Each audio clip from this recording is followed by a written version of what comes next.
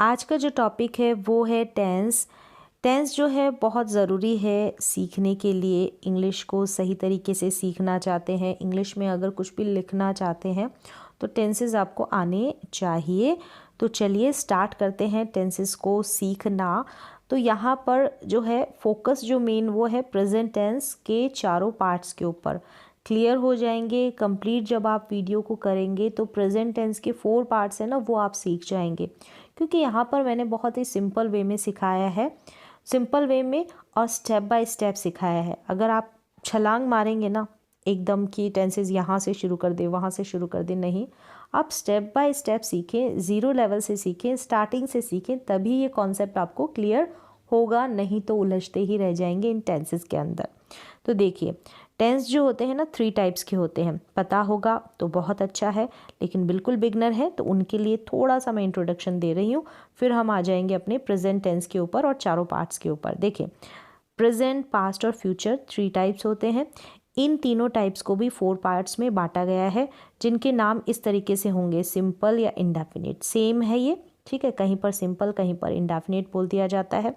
Continuous बनता है second part, फिर परफेक्ट बनता है थर्ड पार्ट, और फोर्थ है परफेक्ट कंटिन्यूअस। फिर इनको देखो ऐसे डिवाइड किया गया है, ये प्रेजेंट के पार्ट्स बना दिए यहाँ पर इन्हीं नामों को लेकर, ये पास्ट के पार्ट्स बना दिए और ये फ्यूचर के पार्ट्स बना दिए। जैसे ये प्रेजेंट इंडेफिनिट हो गया, ये पास्ट इंडेफिनिट होगा, ये फ्यूचर इंडेफिनिट। सेम ऐसे ही प्रेजेंट कंटिन्यूअस है तो पास्ट कंटिन्यूअस है और फिर फ्यूचर कंटिन्यूअस है। प्रेजेंट परफेक्ट है तो पास्ट परफेक्ट है और फिर फ्यूचर परफेक्ट है। फोर्थ पार्ट हो गया present perfect continuous, past perfect continuous, future perfect continuous. तो इस तरीके से टेंसेस के पार्ट्स बना दिए गए हैं। तो चलिए यहाँ तक शॉर्ट जो इंट्रोडक्शन है वो हो गया है, जिनको ये पार्ट्स भी नहीं आते हैं। अब यहाँ से चलते हैं हम प्रेजेंट टेंस के जितने भी कॉन्सेप्ट है बिल्कुल स्टार्टिंग से सीखने की कोशिश करते हैं। देखिए प्रेजेंट टेंस हो गए, इनके ये चारों पार्ट्स है, इन 4 पार्ट्स में इस प्रेजेंट टेंस को डिवाइड कर दिया गया है, जैसे कि अभी आपने देख लिया है यहाँ पर, ठीक है। तो present indefinite, present continuous, present perfect और प्रेजेंट परफेक्ट कंटिन्यूअस टेंस, इन चारों पार्ट्स को हम डिटेल में सीखते हैं। तो चलिए सबसे पहले यहाँ पर आ गया प्रेजेंट इंडेफिनिट टेंस। अब यहाँ पर क्या जानना है आपको, इसकी पहचान, कि कैसे वाक्य को पहचानेंगे कि ये प्रेजेंट इंडेफिनिट टेंस का पार्ट है। इंडेफिनिट को सिंपल भी यहाँ पर अगर आप यूज़ कर दें ना, सिंपल प्रेजेंट टेंस तो सेम है ये। देखिए पहचान होगा हिंदी वाक्य के अंत में अगर आ जाता है, ता है, ती है, ते है या ते हो, तो आप पहचान जाएंगे कि ये प्रेजेंट इंडेफिनिट टेंस का पार्ट है। तो इस तरीके से आपको वाक्य को पहचानना है। पहचानेंगे तो उसी के अनुसार क्या करेंगे, आप वाक्य को सही तरीके से बना पाएंगे, लिख पाएंगे, बोल पाएंगे। अब देखिए एग्जाम्पल देखें, जैसे हिंदी का वाक्य है ना, मैं खेलता हूँ, तो लास्ट में ता हूँ आ रहा है वर्ब के साथ, खेल यहाँ पर क्रिया है। तुम पढ़ते हो तो लास्ट में क्या आ रहा है, ते हो आ रहा है ना, जैसे यहाँ रेड रेड कलर से मैंने मेंशन किया है। हम जाते हैं, यहाँ पर भी ते है आ रहा है। वह बोलती है, तो इस तरीके से ता है, ते है, ती है, ते हो आ जाए तो आप समझ जाएं कि ये प्रेजेंट इंडेफिनिट टेंस का पार्ट है। तो चलिए वाक्य को तो आपने पहचान लिया, आप बनाएंगे कैसे, बनाएंगे ऐसे, यहाँ पर आपको ध्यान रखना है कि हेल्पिंग वर्ब होती है ना, वो कौन सी होती है प्रेजेंट इंडेफिनिट टेंस की। अब एक होती है मेन वर्ब, एक होती है हेल्पिंग वर्ब। देखिए यहाँ पर हेल्पिंग वर्ब है, इसको हिंदी में बोलते हैं सहायक क्रिया, क्या बोलेंगे, सहायक क्रिया। और एक होती है मेन वर्ब, मेन वर्ब यानी कि मुख्य क्रिया, जैसे कि खाना, पीना, गाना, नाचना, बोलना, ये सारी क्या होती है, मेन वर्ब होती है, मुख्य क्रिया होती है। इनको आपको याद करना पड़ता है इंग्लिश में। देखिए हेल्पिंग वर्ब क्या है, डू और डज। डू और डज जो है प्रेजेंट इंडेफिनिट टेंस की हेल्पिंग वर्ब है, मुख्य हथियार है। इनकी हेल्प से ही आप वाक्य को बनाएंगे। कैसे बनाएंगे, कब बनाएंगे, वो अभी हम प्रैक्टिस करेंगे, देखेंगे। देखिए अब उसके बाद आपको पता होना चाहिए कि डू का इस्तेमाल हम कौन कौन से सब्जेक्ट के साथ करते हैं और डज का इस्तेमाल हम कौन कौन से सब्जेक्ट के साथ करते हैं। देखिए ही, शी, इट, नेम, ये सब्जेक्ट आ जाते हैं ना, या सिंगुलर सब्जेक्ट आ जाते हैं, उनके साथ आप इस्तेमाल करेंगे डज का। किसका इस्तेमाल करेंगे? डज का। तो उन्हीं के साथ हैज़ का करते हैं। अभी हैज़ के कॉन्सेप्ट को आप भूल जाएं, आगे देखेंगे। देखिए यहाँ पर है आई, वी, यू, दे, और इन सब्जेक्ट के साथ और प्लूरल सब्जेक्ट के साथ हम करते हैं डू का। जैसे I do, we do, you do, they do, तो डू का इस्तेमाल होता है। ही के साथ, शी के साथ, इट के साथ, नेम के साथ, सिंगुलर सब्जेक्ट के साथ हम डज का इस्तेमाल करते हैं। तो समझ में आ गया, डू का इस्तेमाल के कौन से सब्जेक्ट के साथ करते हैं, डज का इस्तेमाल कौन से सब्जेक्ट के साथ करते हैं। अब देखें V1 यानी कि जो मुख्य क्रिया होती है ना, वो V1 का इस्तेमाल होता है। वर्ब की फर्स्ट फॉर्म का यहाँ पर इस्तेमाल होता है। कौन सी फॉर्म? वर्ब की फर्स्ट फॉर्म। क्लियर हो गया। अब वर्ब की first form, second form, third form क्या होती है ये आपको पता होगा। जब आप टेंसेस सीख रहे हैं तो ऑलरेडी आप वर्ब की फॉर्म्स जानते हैं, आपने याद करने की भी कोशिश की होगी। जैसे ईट, एट, ईटन हो गया, गो, वेंट, गॉन हो गया, ये 3 टाइप्स की मुख्य क्रियाएं होती है। देखिए अब यहाँ पर वर्ब की फर्स्ट फॉर्म के साथ आपको प्रेजेंट इंडेफिनिट टेंस में एस या ईएस लगा हुआ मिल जाएगा। क्या मिल जाएगा? एस या ईएस लगा हुआ मिल जाएगा। क्लियर है। देखिए अब यहाँ पर एक चीज़ ध्यान रखनी है, कन्फ्यूज़न रहता है हमेशा। जो स्टार्टिंग लेवल से सीखता है उसको समझ में ही नहीं आता कि यहाँ पर एस या ईएस लग रहा है, इसमें नहीं लग रहा है। तो याद रखें, ओनली पॉजिटिव सेंटेंसेस में एस या एस लगेगा केवल और केवल सकारात्मक वाक्य बनाते समय, एफर्मेटिव वाक्य बनाते समय। सकारात्मक एफर्मेटिव सेम होते हैं, पॉजिटिव सेम होते हैं। जहाँ पर क्या होता है? नहीं होता, मतलब नॉट का इस्तेमाल नहीं होता है और ना ही कोई प्रश्न, कोई क्वेश्चन किया जाता है। ऐसे वाक्यों में, सिंपल से वाक्यों में, सकारात्मक वाक्यों में आप एस या एस का इस्तेमाल करते हैं। ये बात अपने दिमाग में बैठा ले, क्योंकि इसमें कन्फ्यूज़न रहता है।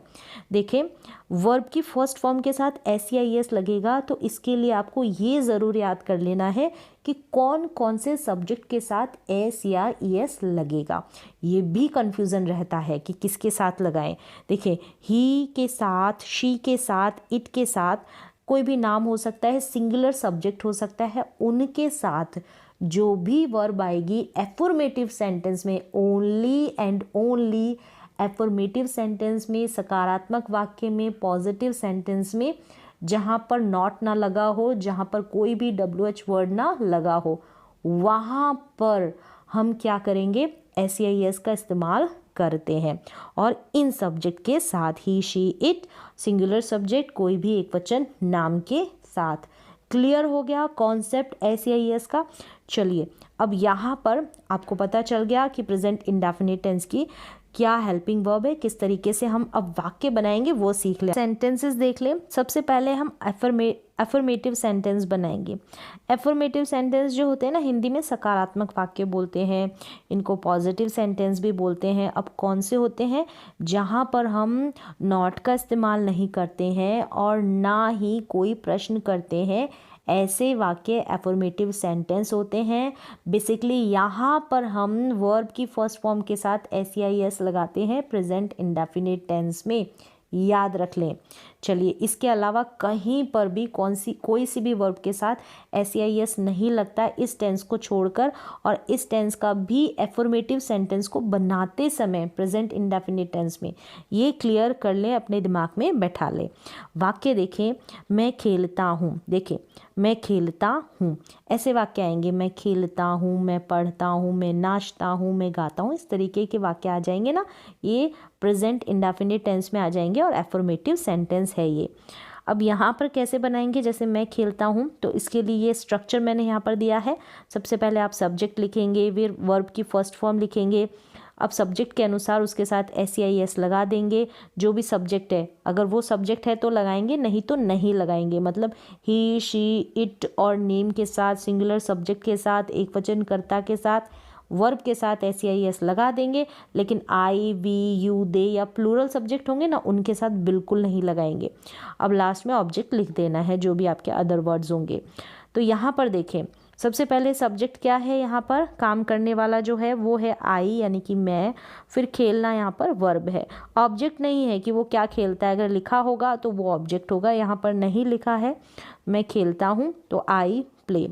नेक्स्ट और सेंटेंस देखें कि मैं क्रिकेट खेलता हूँ, यहाँ पर लिखा है कि मैं क्रिकेट खेलता हूँ, तो सेम वैसे ही है, बस यहाँ पर क्रिकेट ऑब्जेक्ट के रूप में आ जाएगा, आई प्ले क्रिकेट। अब यहाँ पर आप देख रहे होंगे कि नोटिस कर रहे हैं ना कि प्ले के साथ एस या यस नहीं लगा है, प्लेज ऐसे नहीं लिखा है, क्योंकि यहाँ पर सब्जेक्ट आई है। आई वी यू दे के साथ नहीं लगेगा, प्लूरल सब्जेक्ट के साथ नहीं लगेगा, सिर्फ और सिर्फ ही she it name singular subject के साथ लगेगा, दिमाग में बैठा ले।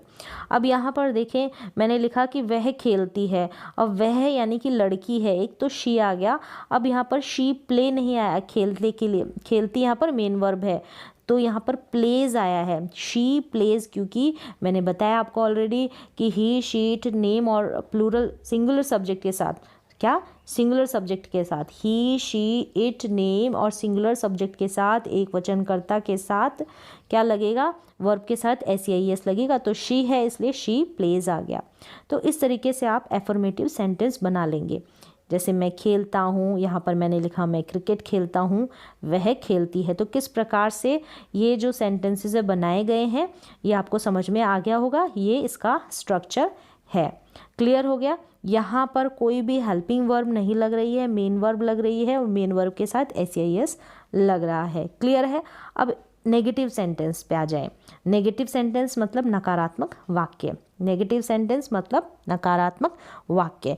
अब नेगेटिव बनाने के लिए आपको हेल्पिंग वर्ब का इस्तेमाल करना पड़ता है, नॉट के साथ कोई ना कोई हेल्पिंग वर्ब लगती है। तो इसकी हेल्पिंग वर्ब है डू और डज। कौन सी है, डू और डज जो है इसकी हेल्पिंग वर्ब है। अब यहाँ पर देखें डू और डज का इस्तेमाल जब करें ना, आपको पता होना चाहिए कि डू के साथ हम डू का इस्तेमाल हम कौन से सब्जेक्ट के साथ करते हैं और डज का इस्तेमाल हम कौन से सब्जेक्ट के साथ करते हैं। चलिए पहले ये याद कर लें कि किन किन सब्जेक्ट के साथ हम डू का इस्तेमाल करते हैं और किन सब्जेक्ट के साथ हम डज का इस्तेमाल करते हैं। ये ऑलरेडी मैंने बता दिया है यहाँ पर। जैसे ही शी इट नेम और सिंगुलर सब्जेक्ट होंगे उनके साथ हम डज का इस्तेमाल करेंगे। नोट कर लें आई वी यू दे और प्लूरल सब्जेक्ट होंगे ना, उनके साथ हम डू का इस्तेमाल करेंगे। क्लियर हो गया। अब ये भी ध्यान रखें जब भी डू और डज का इस्तेमाल करें तो उसके साथ वर्ब की फर्स्ट फॉर्म आएगी। जब भी डू और डज का इस्तेमाल करेंगे ना नेगेटिव सेंटेंस को बनाते समय, या जो भी आप इंटरोगेटिव सेंटेंस बनाए, प्रश्नवाचक वाक्य बनाए, इनके साथ वर्ब की फर्स्ट फॉर्म का इस्तेमाल करना है। कोई भी एस या एस नहीं लगेगा। कहाँ पर लगेगा वो मैंने आपको बता दिया है, सिर्फ एफर्मेटिव सेंटेंस बनाते समय। अब देखें वह नहीं खेलता है, वह नहीं खेलता है, नहीं आ गया है और ता है आ गया है, तो आप समझ गए कि नहीं से तो नेगेटिव है, ता है से किसका नेगेटिव है, प्रेजेंट इंडेफिनिट टेंस का ये नेगेटिव सेंटेंस है। अब यहाँ पर देखिए ये स्ट्रक्चर है। सबसे पहले आप सब्जेक्ट मेंशन करेंगे, फिर डू और डज का इस्तेमाल करेंगे सब्जेक्ट के अकॉर्डिंग, ठीक है, और फिर नॉट लगा देंगे, ठीक है, वर्ब की फर्स्ट फॉर्म का इस्तेमाल करेंगे, लास्ट में ऑब्जेक्ट अदर वर्ड आ जाएंगे। अब वह नहीं खेलता है बना दे इसी स्ट्रक्चर की मदद से वाक्य को। ही यहाँ पर सब्जेक्ट है, डू लगेगा या डज, क्योंकि सब्जेक्ट ही है तो ही के साथ हम डज का इस्तेमाल करते हैं। ही डज, फिर नॉट आ गया, फिर वर्ब की फर्स्ट फॉर्म है play. He does not play, object नहीं है तो नहीं लिखा। अब यहाँ पर ये जो लिखा है मैंने डोंट या डजंट, आप यहाँ पर डज नॉट की जगह डजंट का इस्तेमाल कर सकते हैं। इसका ये कॉन्ट्रैक्टेड रूप है, शॉर्ट में हम ऐसे लिखते हैं तो ऐसे इस्तेमाल कर सकते हैं, जैसे ही डजंट प्ले, इस तरीके से भी। और डोंट होता तो डू नॉट होता तो डोंट आ जाएगा। क्लियर हो गया। चलिए नेगेटिव सेंटेंस इस तरीके से बनाएंगे। अब इंटरोगेटिव सेंटेंसेस पे आ जाए। अब देखिए इंटरोगेटिव सेंटेंसेस होते हैं ना, वो दो तरीके के होते हैं। पहला तो होता है हेल्पिंग वर्ब वाला और दूसरा होता है WH फैमिली वाला। WH फैमिली जिसमें what, where, how, why etcetera, ये सब प्रश्नवाचक जो है ये आ जाए। कौन से, कब, क्यों, क्या, कैसे। और हेल्पिंग वर्ब वाला जो डू या डज की मदद से बनाए जाए। हेल्पिंग वर्ब जो भी हेल्पिंग वर्ब होगी जिस भी टेंस की उसके अनुसार बनाएंगे। यहाँ पर डू डज की बात हो रही तो मैं डू डज का ही बोल रही हूँ। अब देखिए सेंटेंस पता चल गए कि इंटरोगेटिव सेंटेंस हम किस तरीके से बनाएंगे, ये सीख ले। अब कौन कौन से होते हैं ये आपने सीख लिया। एक हेल्पिंग वर्ब वाले होते हैं, हेल्पिंग वर्ब वाले जो होते हैं ना, इनको यस और नो टाइप के इंटरोगेटिव सेंटेंसेस बोलते हैं। चलिए, हेल्पिंग वर्ब वाले आपको समझ में आ गए, जिनका जो उत्तर होता है, आंसर होता है, हमको सामने वाले से हाँ या नहीं में लेना होता है। थोड़ा डिटेल में लेंगे ना तो WH फैमिली से हम प्रश्न बनाएंगे। तो चलिए वाक्य देखें। क्या वह क्रिकेट खेलता है, एक तो ये है। वह क्रिकेट क्यों खेलता है, देखिए क्यों, कब, क्या, कैसे, ऐसा जो है बीच में आ जाए ये क्यों, कब, क्या, कैसे, तो आप समझ जाएं कि ये WH फैमिली वाला है। अगर क्या से शुरुआत हो रहा है ना इंटरोगेटिव सेंटेंस का, प्रश्नवाचक वाक्य की शुरुआत क्या से होती है, तो वो हेल्पिंग वर्ब वाला इंटरोगेटिव सेंटेंस है, प्रश्नवाचक वाक्य है। समझ में आ गया इनका डिफ्रेंशिएट करना, मतलब इनमें अंतर कैसे देखा जाए, कैसे आप इनको अलग अलग समझेंगे। शुरुआत अगर क्या से हो रही है तो ये है हेल्पिंग वर्ब वाले इंटरोगेटिव प्रश्नवाचक वाक्य। अगर बीच में WH फैमिली का कोई वर्ड आ जाए, कब, क्यों, क्या, कैसे, तब आप समझ जाए ये WH फैमिली वाला इंटरोगेटिव सेंटेंस है। अब इनको कैसे बनाएंगे, देखें हेल्पिंग वर्ब वाला जो है उसको कैसे बनाएंगे, ये उसका स्ट्रक्चर है। स्टार्टिंग में कब, क्यों, स्टार्टिंग में क्या आता है ना, तो उसके लिए आप क्या करेंगे, डू या डज लिख देंगे। क्या लिखेंगे, डू या डज लिख देंगे। अब डू डज लिखेंगे सब्जेक्ट के अनुसार, तो उसके तुरंत बाद आपको सब्जेक्ट लिखना है, उसी के अनुसार आपको डू डज लगाना है। सब्जेक्ट के बाद आपको वर्ब की फर्स्ट फॉर्म लिखनी है, फिर ऑब्जेक्ट आपको लिखना है। जैसे कि क्या वह क्रिकेट खेलता है, ये वाक्य है ना, तो क्या के लिए डू या डज लगाएंगे, क्या के लिए। अब किसको देखकर, ही को देखकर, क्योंकि ही वह है, यहाँ पर सब्जेक्ट है ना ही, तो ही सब्जेक्ट है, तो ही के लिए हम डज का इस्तेमाल करते हैं, तो डज ही। फिर आ गई वर्ब की फर्स्ट फॉर्म, वर्ब की फर्स्ट फॉर्म प्ले है, ऑब्जेक्ट है cricket, does he play cricket, क्या वह क्रिकेट खेलता है। अब WH फैमिली वाला इंटरोगेटिव सेंटेंस देखें, वह क्रिकेट क्यों खेलता है, वाक्य ये है ना, वह क्रिकेट क्यों खेलता है। देखिए अब क्यों जो है ना, इसको स्टार्टिंग में रख देंगे, क्यों को आप स्टार्टिंग में रख देंगे, क्योंकि स्ट्रक्चर देखें यहाँ पर WH वर्ड स्टार्टिंग में आ जाएगा, तो क्यों वाई आ गया, फिर डू डज लगेगा, तो आपने डज लगाया। क्यों लगाया, क्योंकि यहाँ पर जो सब्जेक्ट है ना ही है, इसलिए लगाया है। Y does he play cricket, वह क्रिकेट क्यों खेलता है। तो इस तरीके से ये दोनों सेंटेंसेस आप बना देंगे, प्रश्नवाचक वाक्य वाले, हेल्पिंग वर्ब वाले और WH वर्ड वाले। क्लियर हो गया। अब इन्हीं को नेगेटिव में भी बनाया जाता है, यानी कि नॉट का इस्तेमाल भी किया जाता है। कैसे बनाते हैं, इंटरोगेटिव नेगेटिव सेंटेंस बोलते हैं इनको, नकारात्मक प्रश्नवाचक वाक्य दोनों के ही बनेंगे, हेल्पिंग वर्ब के भी और WH वर्ड के भी। देखें ये स्ट्रक्चर है इसका, क्या वह क्रिकेट नहीं खेलता है। अब क्या से भी शुरुआत हो रही है और नहीं आ रहा है, तो नेगेटिव भी है और प्रश्नवाचक वाक्य भी है। क्या स्टार्टिंग में लगा है, शुरुआत में लगा है, तो हेल्पिंग वर्ब वाला है, तो डू डज का इस्तेमाल शुरू में करेंगे, फिर सब्जेक्ट लिखेंगे, और नॉट का जब भी इस्तेमाल करेंगे ना, सब्जेक्ट के तुरंत बाद आप लिख देंगे, और फिर वर्ब की फर्स्ट फॉर्म आ जाएगी, फिर ऑब्जेक्ट आ जाएगा। क्या वह क्रिकेट नहीं खेलता है, ऐसे है ना वाक्य, तो क्या के लिए डू या डज लिखेंगे। अब क्या डू लिखना है या डज लिखना है, इसका आप कैसे कंक्लूजन करेंगे, आप सब्जेक्ट देखेंगे, यहाँ सब्जेक्ट है ही, कैसे ही है तो ही के साथ डज लगता है, तो डज ही, फिर नॉट आ जाएगा सब्जेक्ट के बाद, जैसे मैंने यहाँ पर लिखा है ना, ही के बाद सब्जेक्ट ही है ना, तो नॉट आ गया, डज ही नॉट, फिर वर्ब की फर्स्ट फॉर्म क्या है, काम क्या है, खेलना, तो प्ले आ गया, फिर ऑब्जेक्ट आ गया क्रिकेट। क्या वह क्रिकेट नहीं खेलता है, does he not play cricket, does he not play cricket. अब ये जो डजंट का इस्तेमाल भी कर सकते हैं आप, शुरू में ही अगर नॉट लगा देते हैं ना डज के साथ, इसका शॉर्ट फॉर्म है, कॉन्ट्रैक्टेड रूप है डज नॉट का डजंट, तो ऐसे भी आप बना सकते हैं, डजंट ही प्ले क्रिकेट, तो ही के बाद आपको नॉट लगाने की ज़रूरत नहीं है जब आप शॉर्ट फॉर्म का इस्तेमाल करते हैं। क्लियर है। अब चलिए, अब इस स्ट्रक्चर को देखें, WH फैमिली वाला नेगेटिव सेंटेंस का स्ट्रक्चर है। WH वर्ड लिखेंगे, फिर डू डज लिखेंगे, फिर सब्जेक्ट लिखेंगे, फिर नॉट लिखेंगे, फिर वर्ब की फर्स्ट फॉर्म, फिर ऑब्जेक्ट आ जाएगा।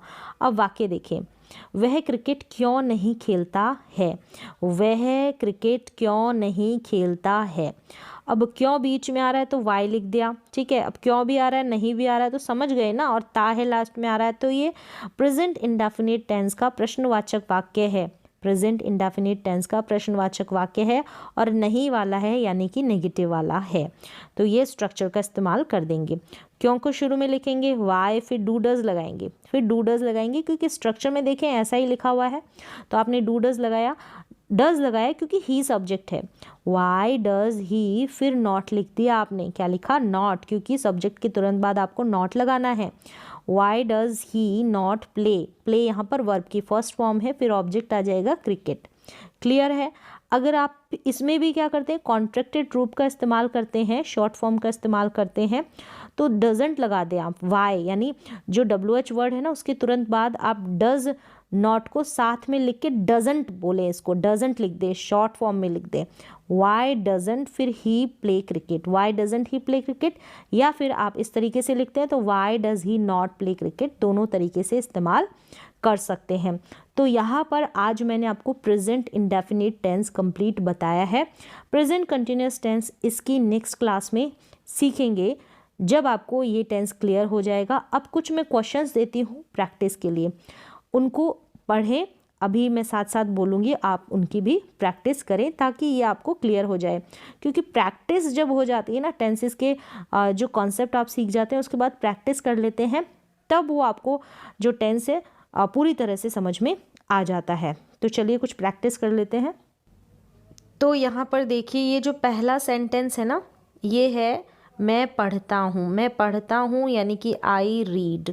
ताहूँ से आपने पहचान लिया कि ये प्रेजेंट इंडेफिनिट टेंस का पार्ट है, इसमें नेगेटिव नहीं है ये, यानी नॉट का इस्तेमाल नहीं है, और ये पॉजिटिव है, और ना ही ये प्रश्नवाचक वाक्य है, इंटरोगेटिव सेंटेंस है, क्योंकि इसमें कोई प्रश्न नहीं किया जा रहा।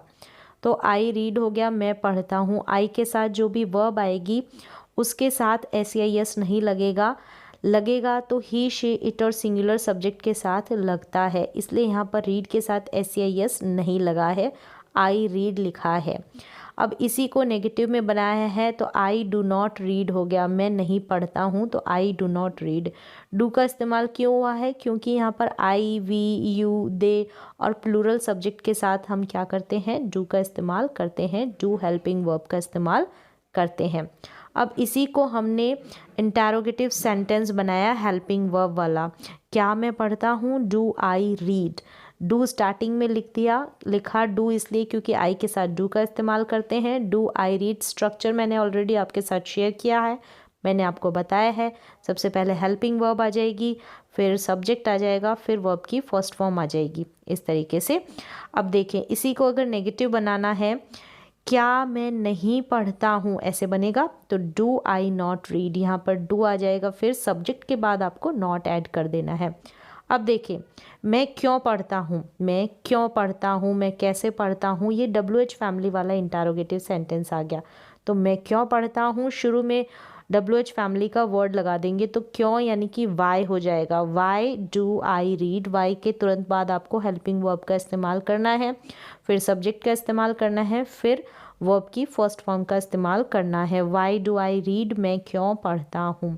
अब इसी को आपने बनाना है नेगेटिव सेंटेंस में, क्यों नहीं पढ़ता हूँ, तो why do I not read, यहाँ पर सब्जेक्ट के तुरंत बाद नॉट लगा देना है, बस इतना सा ध्यान रखना है नेगेटिव बनाते समय, नेगेटिव इंटरोगेटिव सेंटेंस ये बनाते समय। तो इस तरीके से आपको वाक्य बनाने की प्रैक्टिस करनी है। एक और देख लें, यहाँ पर हम लोग खाते हैं, वी ईट हो गया, हम लोग नहीं खाते हैं तो वी डू नॉट ईट हो गया। क्या हम लोग खाते हैं, डू वी ईट।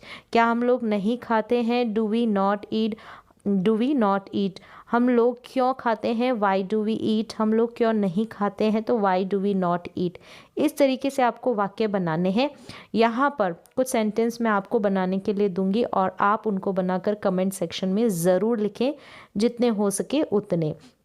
इसी तरीके से आपको बनाने हैं। यहाँ पर देखें, वी के साथ मैंने ईट्स क्यों नहीं लिखा, क्योंकि जब पॉजिटिव सेंटेंस बनाया है तो यहाँ पर, क्योंकि आई, वी, यू, दे और प्लूरल सब्जेक्ट के साथ जो भी वर्ब आएगी अफर्मेटिव बनाते समय, पॉजिटिव सेंटेंस बनाते समय, सकारात्मक वाक्य बनाते समय हम क्या करेंगे, वर्ब के साथ SES नहीं लगाएंगे। क्लियर है। डू का इस्तेमाल किया क्योंकि I, we, you, they plural subject के साथ डू हेल्पिंग वर्ब का इस्तेमाल होता है। तो इस तरीके से आपको वाक्य बनाने हैं। देखिए, अब आपको बनाना है तुम खाते हो। इसके वाक्य बनाने हैं, यहाँ मैंने मेंशन भी किए हैं लेकिन आपको खुद से बनाने हैं। तुम खाते हो, वे लोग जाते हैं, इसके बनाना है, वे लोग जाते हैं। नेक्स्ट, वह आता है, क्या है, वह आता है। इनके सेंटेंसेस बनाए, मैंने मेंशन किए हैं लेकिन आप खुद से बनाए। वह पढ़ती है, इनके ये 6 प्रकार के वाक्य बनाए। फिर नेक्स्ट देखें, मोहन लिखता है, इसका बनाए। मोहन और सोहन जाते हैं, इनके आप बनाएंगे पॉजिटिव, नेगेटिव और इंटारोगेटिव, दोनों टाइप के इंटारोगेटिव। कौन से, हेल्पिंग वर्ब वाले भी और WH फैमिली वाले भी।